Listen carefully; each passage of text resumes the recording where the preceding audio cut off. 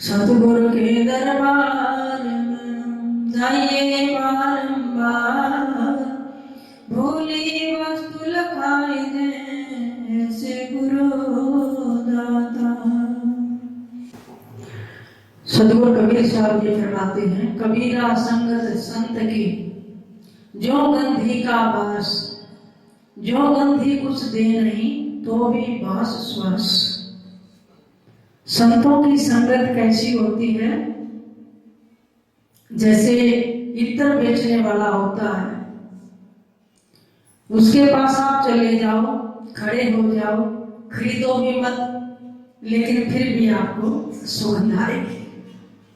इसी प्रकार संतों के पास जाने मात्र से ही आपको परमात्मा की खुशबू पकड़ लेगी, उनकी तरंगें आपको प्रभावित करेंगे। जैसा आप स्मरण करते हैं और जिसका आप स्मरण करते हैं, वैसे ही तरंगें आपको तत्काल प्रभावित करती हैं। इसलिए जब परमात्मा का अनुकथन किया जाता है, उसकी गाथा गाई जाती है, सत्संग किया जाता है, उनके नाम का संकीर्तन किया जाता है, तो सबसे बड़ा लाभ यही होता है कि मनुष्य शोक के दुखों के निकट होते हुए भी उस दुख के समुद्र में डूबता नहीं है। और परमात्मा का यश गान मनुष्य को लौकिक दृष्टि से दुखों की निवृत्ति तो करवा देता है, लेकिन आध्यात्मिक दृष्टि से मानव के भीतर दिव्यता का सृजन भी करता है। इसलिए तो कहा है कि बार बार संतों की संगत करें। जैसे इत्र की सुगंध आती है, ऐसे संतों के पास परमात्मा का अनुभव प्रारंभ हो जाता है और फिर जन्म जन्मांतरों से भ्रमित हुआ जीव, भटका हुआ जीव अपने घर की तरफ लौटने लगता है। आचार्य सतगुरु गरीबदास जी महाराज फरमाते हैं, गरीब सतगुरु की संगत भली हंसा तीर मुकाम, जुगल जुगल के पिछड़े पर से लोक निदान। देव संसार में संगत भी करनी तो सतगुरु की करनी, वो भली है, अच्छी है, कल्याणकारी है। हंसा तीर मुकाम, ये जो हमारी हंस आत्मा है भटकी हुई, इसको स्थिर मुकाम मिल जाएगा। अभी मुकाम नहीं है, कभी आप सोचो दुनिया में घर मिला हुआ या तो सराय है, आने जाने लगे रहेंगे। जुगों जुगों से बिछड़े हुए पर से लोक निदान, जिस लोक से निकल कर आए थे ना, धक्के लगे हुए हैं, कभी इस काल के लोक में, मृत्यु लोक में 14 भवन भटकते रहते हैं, वापिस सतगुरु ही भेज सकते हैं उस लोक में, बाकी कोई नहीं भेज सकता। संतों के तो दर्शन मात्र से भी पता नहीं कितने पाप कट जाते हैं। एक बार देव ऋषि नारद भगवान विष्णु के पास गए और जाकर पूछा, प्रणाम किया, भगवान सभी सत्संग का प्रभाव बहुत बताते, तो सत्संग की महिमा क्या है? भगवान विष्णु नारद को मधुर वाणी में मुस्कुराते हुए कहा कि इसकी महिमा का वर्णन कैसे किया जाता है, इसकी तो अनुभूति होनी चाहिए।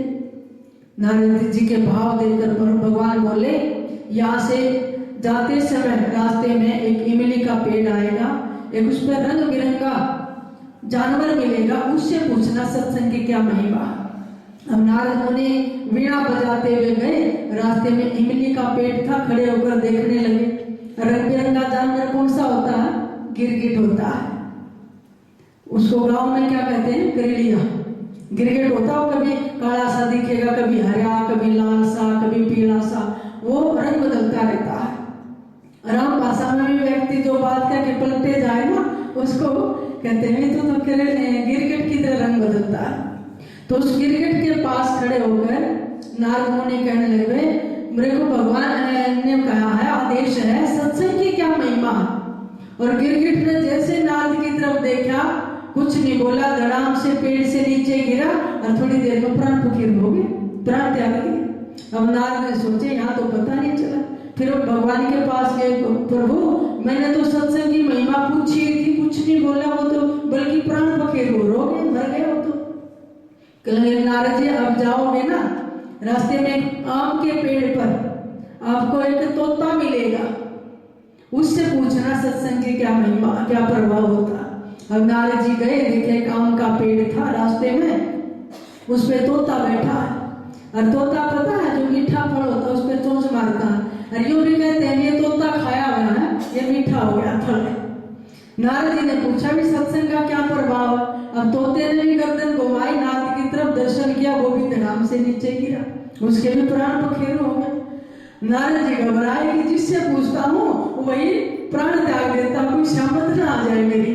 फिर भगवान के पास गया, प्रभु दोनों जानवरों ने शरीर छोड़ दिया, अब क्या करूं।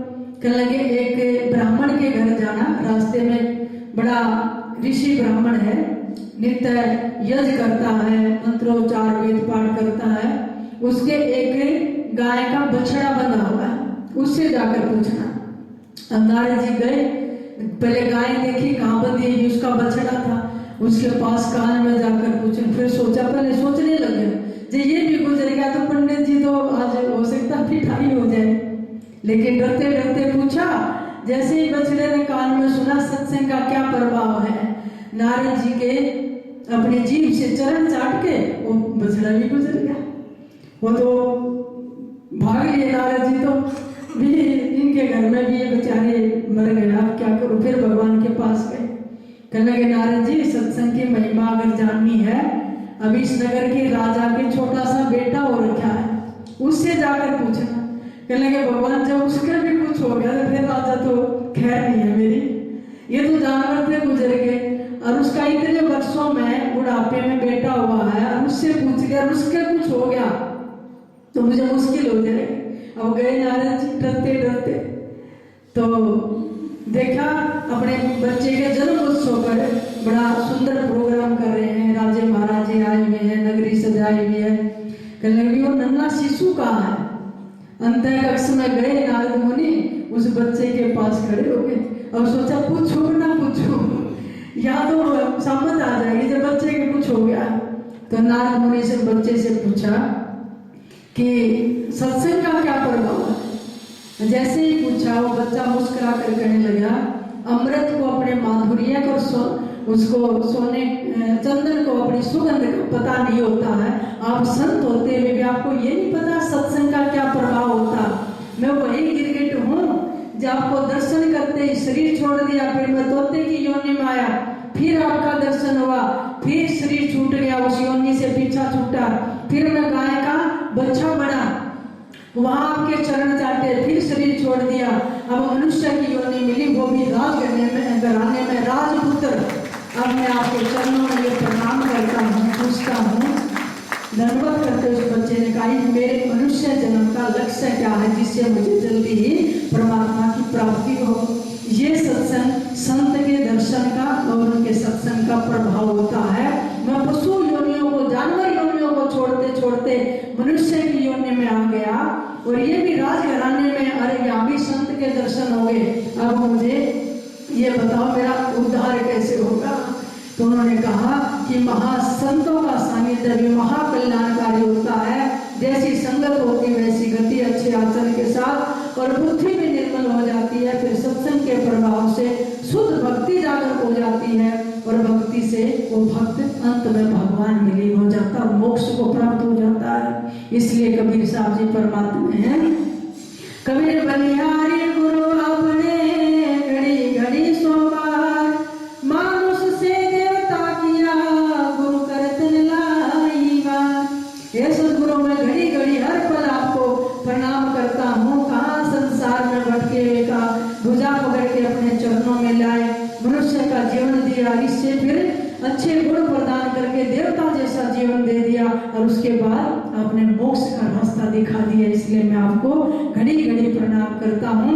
तो नारद जी ने नारद भक्ति सूत्र में गाया, महस्समस्तु दुर्लभो अगम्यो अमोघश्च। 39वां सूत्र है नारद भक्ति सूत्र का, कि संतों की संगत अमोघ है, अगम्य है और दुर्लभ है संसार के अंदर। अगर प्यारी आत्मा आपको सत्संग मिलता है ना, तो समझ लेना जगत की जितनी दुर्लभ वस्तुएं हैं उनमें से एक सत्संग भी है जो आपको मिला हुआ है। क्यों? संत मिले तो सत्संग मिल जाता है। तो इसलिए कल्याण का रास्ता है, और हमारा जीवन भी वैसे ढलने लग जाता है, वैसा हमारा आचरण होने लग जाता है। इसलिए परमात्मा की महिमा और उनका सत्संग श्रवण करो और अपने जीवन में उतारो, और ये सत्संग ही परमात्मा से मिलने का आइए एक भजन श्रवण करिए। सतगुरु तुमसे मिलने का सत्संग ही बहाना है, सतगुरु तुमसे मिलने का सत्संग ही बहाना है।